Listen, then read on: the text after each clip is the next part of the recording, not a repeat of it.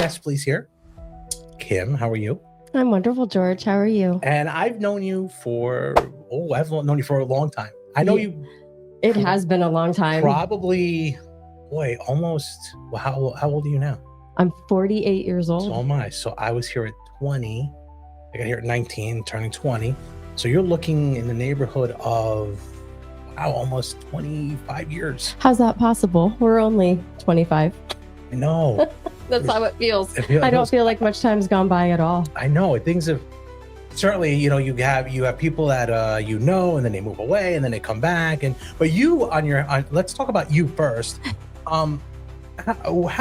Give me an idea of who Kim Nespoli was growing up in Berwick, because obviously you grew up here in Berwick. Oh, definitely. So who are you growing up here and through school? So I grew up, my maiden name is Evina, Kim Evina, and love sports, love family, friends, an athlete, just love being with people. Aren't you in the Hall of Fame? I'm in the Berwick Athletic Hall of Fame for track and field and gymnastics. Right? And so's my father. Oh my gosh. My dad, Bob, is as well. No wonder that your kids have this athletic genes. Come from your side, definitely not John's side. Your kids are very athletic as well. Well, my genetics, I always say, but so growing up here, you have an understanding that Berwick is a small town. Yeah. And I'm saying this because of how we're going to get into your story. They accepted me too. I mean, it was just a Puerto Rican kid coming from the city, and they kind of accepted me. So someone who's homegrown, they would accept probably a lot better. But I made my way through here. As a matter of fact, I could tell you this: 2001 is when you came to work for me, right after 9/11. Correct. I was a flight attendant for U.S. Airways during September 11th, and we were all back up in the air about 2 weeks after 9/11, and I flew till the end of December, and then they furloughed 1,200 of us, and it was anyone that had under 4 years of service, and came home, and I really came home to Berwick, and I'm like, goodness, we had no idea we were going to be called back in a week, a month, a year, 2 years, 3 years, and you were so gracious to hire me at the bagel shop. It was funny. Were you married to John or no? No, we were not married yet, but we were engaged. We were engaged. Okay. Yes. Okay. All right. Yeah. But even before that, and this is one of the reasons why I had to hire you, because you worked for Disney. I did work for Walt Disney World. And you were Cinderella or Snow White? I was Cinderella. Cinderella. Working on, I always say, I'm closer in age now to Fairy Godmother than I am to Cinderella. It seems like a whole nother lifetime ago. Right, I know. And then that's why I said, well, John, bring her in and, we'll see what we can do. And it was right. And I can remember when it happened because he was telling me you were a flight attendant. I said, the hell you want to work? What are you coming home? She's like, she just needs to get a position here to see how things go. And then you started working for me. I loved working here. I absolutely loved it. We worked hard, but we had fun. It wasn't because of the boss, I can tell you that. It was because of the other employees. It certainly wasn't me. You know what?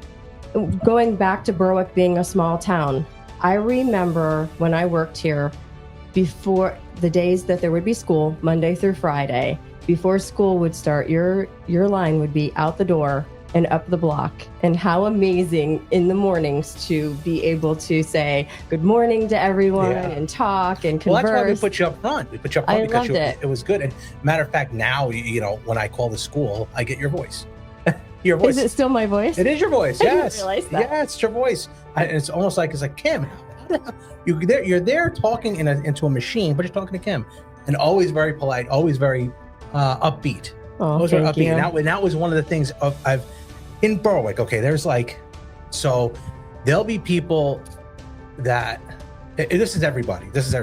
So some people just won't like some people. That's just how it is. And in your life, you're not going to get everybody. Someone's always going to say something. But I can say, honestly, and I mean, there's a ton of people that don't like me, and a ton of people say things about me. I've never heard a single bad thing about Kim Nespoli. I'm being serious, because I never have. And that's the one thing that kind of stood out, as everybody has certain flaws about their personality and who they are, but I never heard anything bad. I never did. I have many, many flaws. Well, everybody thinks that way, but as far as out in the public open and not behind closed doors, the perception you played was, you know, this is the white picket fence house with the 3 kids, the husband who has his own business, and here you are, you're at the school. And then you're approaching your 48th birthday, and you kind of start getting on this roller coaster. Oh, definitely. Why don't you give us a point? I said, well, first of all, how are you now? Like right now, as we sit here, I'm happy to be here. Happy to be in Berwick. For those that don't know, I went to Scottsdale, Arizona, to Invita Medical Center at the end of August. It was actually, I have 3 children, so I have Lily and Jet and Jack are twins. It was actually their birthday, which was extremely, extremely hard to leave the 3 kids, but also on the twins' birthday. So I left August 28th, and I did treatments. Of last year? This was of 2024. Okay. Correct. So August of 2024, went out August 28th and did 5 days a week of outpatient care, but infusions 5 days a week for 14 weeks. So I came home December 6th of 2024, and kind of the goal in my head was to come home for Christmas. And Christmas was amazing and wonderful and magical for me, because that's all I kept thinking in my head is I just want to be home for Christmas. And I've been home now for about 7 weeks, and I'm doing wonderful. Like, I feel, this is going to sound strange, I feel 100% better today, right now, than I did in August when I left, but there's still a lot of work to be done. Mm-hmm. I do still have cancer. The type of cancer I have is stage 4 metastatic breast cancer that has spread to my liver, my lungs, and my bones. Mm-hmm. Also some of my lymph nodes. And when I arrived to Invita Medical Center, of course, in their lobby, they have a bell.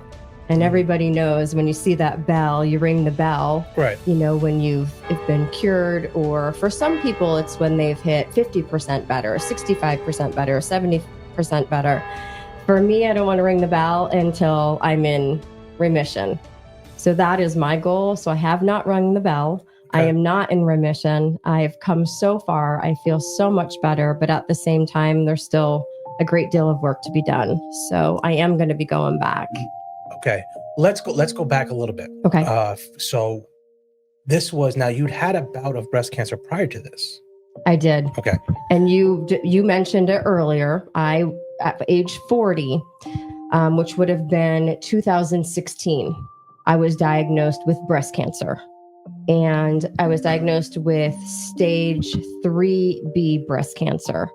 And I had gone to the doctors. I got an opinion and then decided, you know, I thought it would be great, get a second opinion just to see what my options were. Went and got the second opinion. It was agreed upon that it was stage 3B metastatic breast cancer. No matter what, I had to have a mastectomy on the side of the breast cancer, which was my left side. And at that point in time, I opted for a double mastectomy.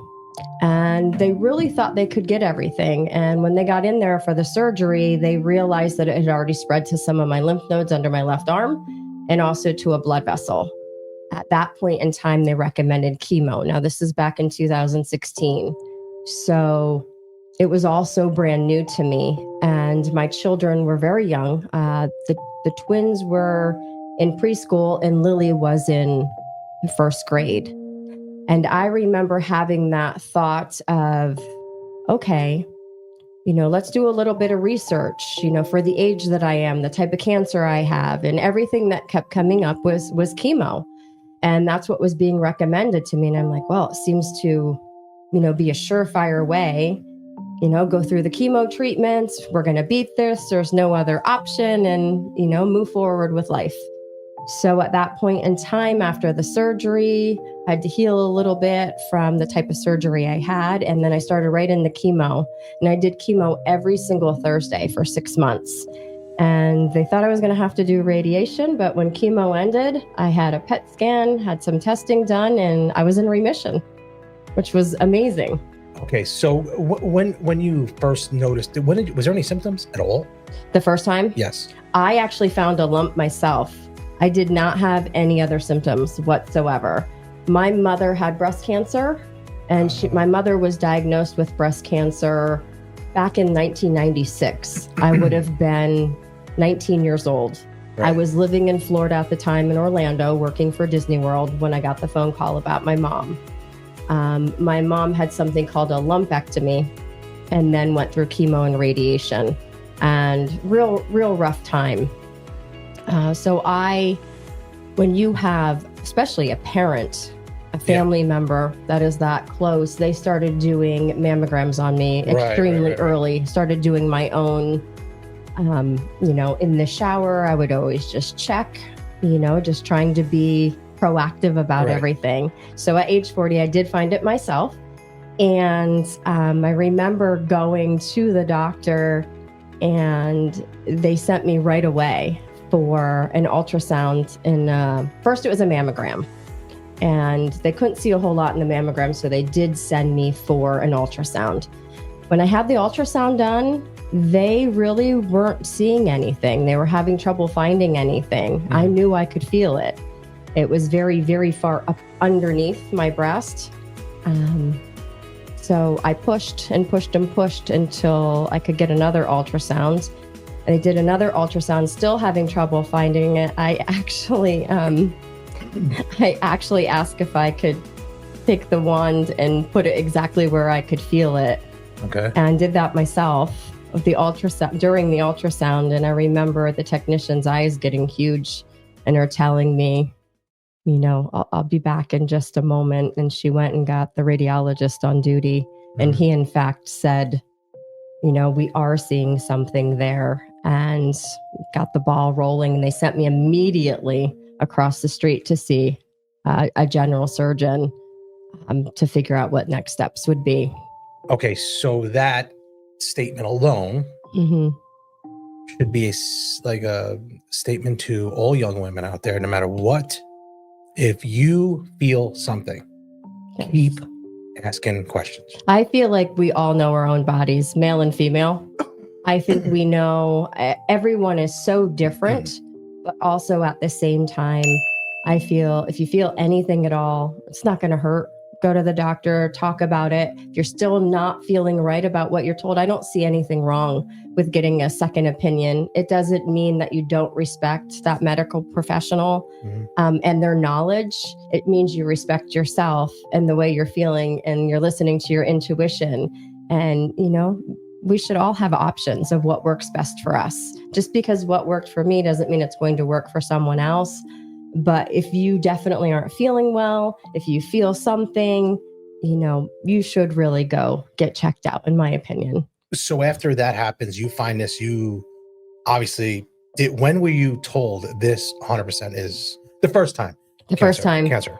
So that ultrasound, when it was over, they wanted to send me immediately to a general surgeon to take a look. And there was one across the street that they recommended. And I said, okay, can I go now? Can they get me in? They made the phone calls. They got me over there, and they set me up with some testing to be done where they could actually go in and take some tissue so that they could send it to pathology.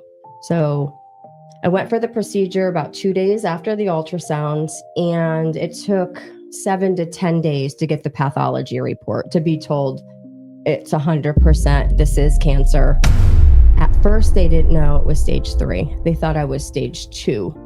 And when I got in there for my surgery for that double mastectomy, and they saw that it had spread to the lymph nodes into a blood vessel, is when it took me to the next stage. Okay. And then the recommendation of chemo. And that was my decision to make. And I did go with the chemo. But did you have the double mastectomy then? I did have the double mastectomy. Okay. I had the double mastectomy. When I woke up from that, they told me that it was a little bit worse than they originally thought, and that it had spread, and that they were recommending chemo.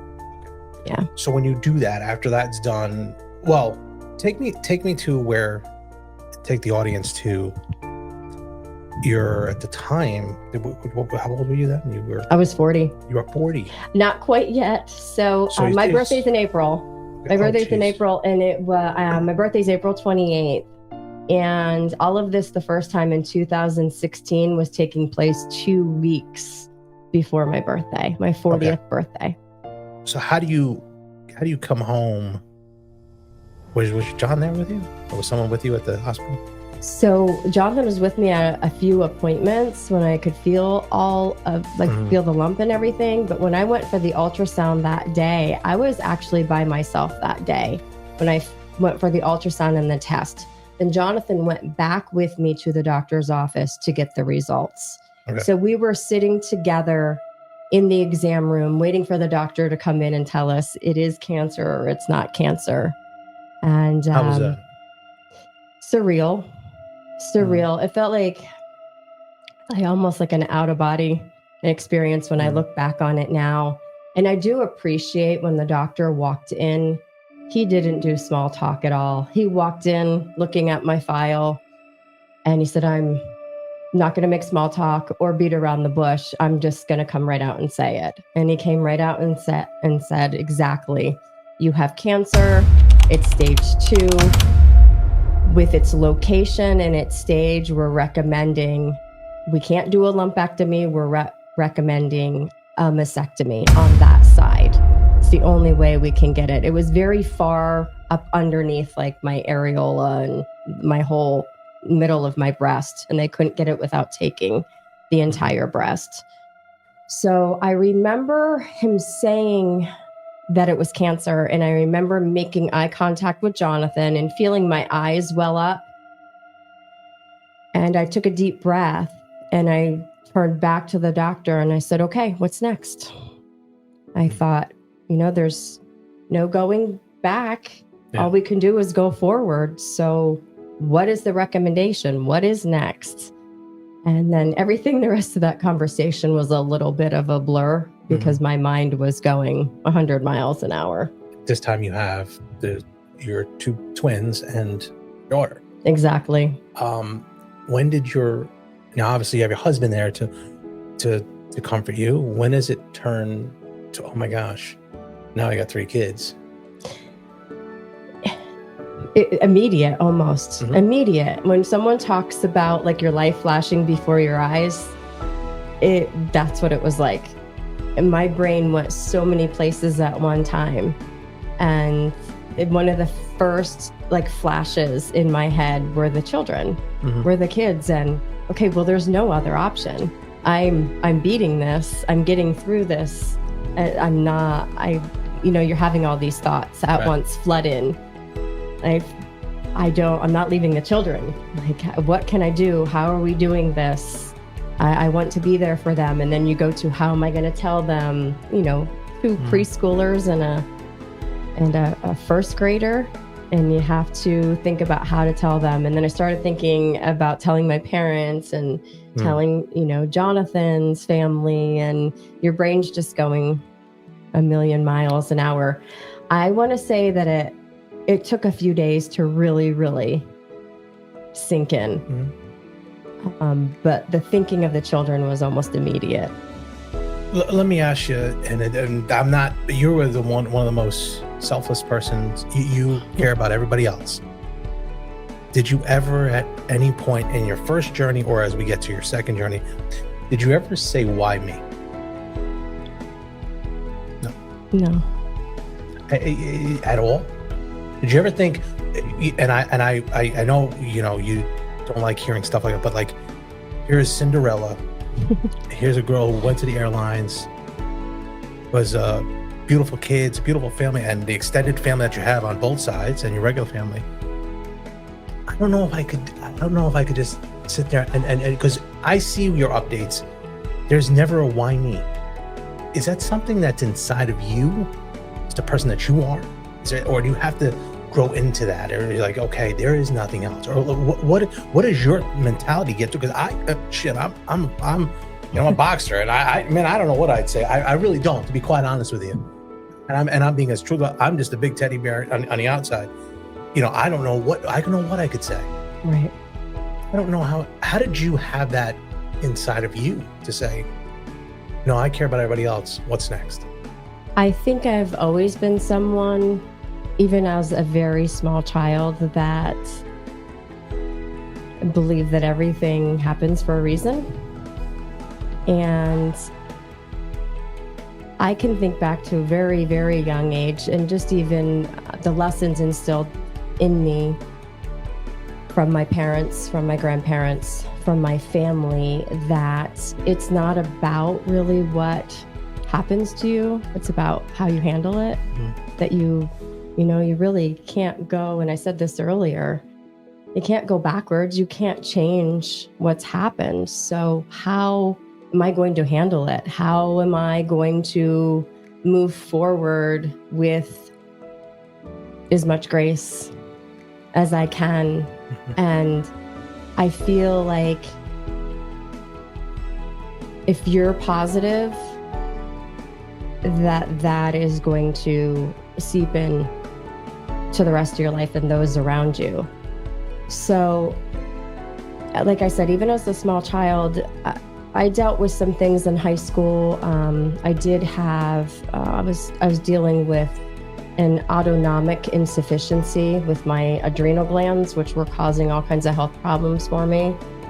And I feel like every lesson in our life is there for a reason, and they build upon each other to prepare you for what's coming later in your life. But I've never really believed in, and this is no disrespect to anyone whatsoever. I'm just speaking about me and my thought process and my internal conversations with myself, that self-talk that you have. I've really never said, why me? I feel like that takes me to dark places, me personally. Mm. And I don't want to go that direction. I want to try to move forward. So the why me holds me down. It weighs me down. It's like my anchor. And I don't need an anchor right now. There's enough. Yeah. There's enough, there's enough going on. So it's just, once again, maybe I feel I've always been that way. Maybe it really does come from what I was taught by my parents and my grandparents of how to look at things and situations and view things. But like I said, even injuries and stuff of that nature as a young child, I just tried to always look at, okay, this is happening. How do I move forward? So after you had your operation, mm-hmm. you had the chemo, now you're kind of, when does it, do you get into remission through that first time? I did. You did? Yeah. And how was that? Amazing. It was amazing. Huge celebration. We had beat it. I had so much love and support from everyone. And I'm like, okay, so I beat it, onto the next steps of healing. What can I do to try to keep it from coming back? How do we handle this? What do we do? And I'm not going to lie and say, you wake up every morning and it's kind of a thought that's there, the cancer, that whole conversation in your head and worrying about, is it going to come back? Is it going to come back? So just started to, get back into, that very first time I had cancer in 2016, I continued to work. I didn't work full time. I really worked like half days, Monday, Tuesday, Wednesday. I did chemo on Thursdays, and it would knock me down pretty good. And I'd be off Thursday, Friday, Saturday, Sunday, go back to work Monday. So it was just working towards getting stronger and going back to work full time and trying to get back into like my norm. Right. Did you feel everything once that happened, you started getting back into your groove as the chemo was less and less? When did you start feeling yourself? When did you start feeling like Kim? I didn't really start to feel like myself, the Kim I was before the cancer diagnosis, till about 3 years after I went into remission. It took a long time. And you went to remission to get this. In 17? So yes, I was diagnosed in April of 2016. I actually didn't have the double mastectomy until August of 2016.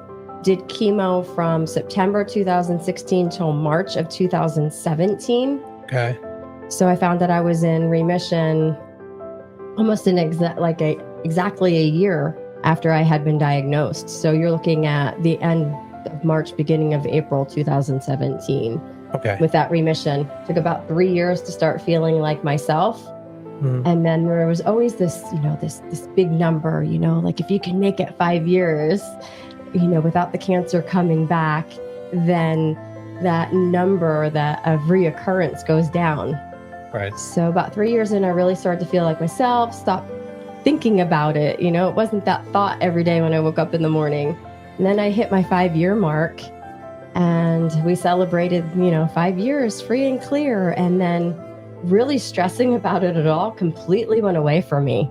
Completely. Did you feel different? Like would that weight come off your shoulder at the year 55? It did. It did for me. And I am so not someone to put, like, why wait for the 5 years to feel like that? You know what I mean? But I did. I totally, everything I read, every statistic I looked at, so, it fit in that nice little box of, okay, if I make it to 5 years, like I'm good. And huge weight off my shoulders. I felt even better after the 5-year mark. And like I said, I stopped thinking about it so much. Now, I still was doing my, checkups on my own, going to the doctor. I was still doing once a year, I was doing ultrasounds to take a look in that area. They were still doing blood tests on me and things of that nature. And, and nothing came up? Nothing came up. Nothing came up. I actually hit 8 years free and clear of that first cancer, of that breast cancer, and had gone for some blood work and an ultrasound in June of 2023. Things looked great. Nothing came up. Nothing looked out of the ordinary. And so that was June of 2023. I would say around December, Christmas time of 2023, I started to feel like exhausted, like just so tired, way beyond like normal tired. But I also started thinking, you're tired, but you're also, you're going to be 48 years old. Yeah. You are the mother of 3 children. You work full time. You run them to every sport. We run them to every sport. Help my husband that time of year with his business. Yeah. I usually help through the Christmas season as much as I can. So I'm like, okay, I'm burning the candle at both ends. I'm not going to bed till midnight. I'm getting up 5:30, 6 in the morning and go. And I was always okay with that. I was never someone that took naps or anything like that. Yeah. I just thought, okay, I'm getting older. You can't handle it anymore. So that exhaustion in December turned into even more exhaustion in January. By February, I was real achy. That felt like the flu, but that's the time of year we're in. Yeah. It's flu season. That's February of 2024. Of 2024, February 2024. Now, my father, my dad, Bob, was diagnosed with rectal cancer in November of 23 and ended up in the hospital in like February of 24. So my brother and I were going back and forth to the hospital to visit him. And my brother's, just kind of joking with each other. We would park in a parking lot where we had to walk through the hospital and walk a couple sets of steps to get to where the elevator was and then go up. Right. And we've always been like a friendly competitive with each other. And it was a huge set of steps we had to go up, and we would like race to the top. We'd get to the top and I'd be like I could hardly breathe. Like really gasping for breath, and then just making fun of myself. Wow, I'm old and I'm out of shape. On top of everything else, I'm old and I'm out of shape. And a few times after we visited Dad, we actually went out to dinner together. And with dinner, maybe got like a glass of wine or like a glass of beer. And I'd get home and I didn't feel good, like at all. Like just felt so sick and like head spinning, like I had had too much to drink or something. And just felt really off, but still wasn't thinking much about it. Still just thinking you're getting older. There were no other signs and symptoms there. And then you fast forward to April 2024. I work for the school district, as you said, as a secretary in an elementary were there any school. signs at all? Something was no signs at all. No, not until April. Okay. In April, kids got out of school early. There was an eclipse. I remember the kids got out for the eclipse. That morning when I woke up, I didn't feel good, but I felt like just sick, like the flu. Mm-hmm. And I'm like, oh, it's only half a day. I'm going to go to work. You know, I feel bad. The front office won't have someone. It's too late to call in someone to replace me. I can get through half a day. And I went to work, and everyone that saw me said, I'm not trying to be mean, but like, are you okay? You look awful.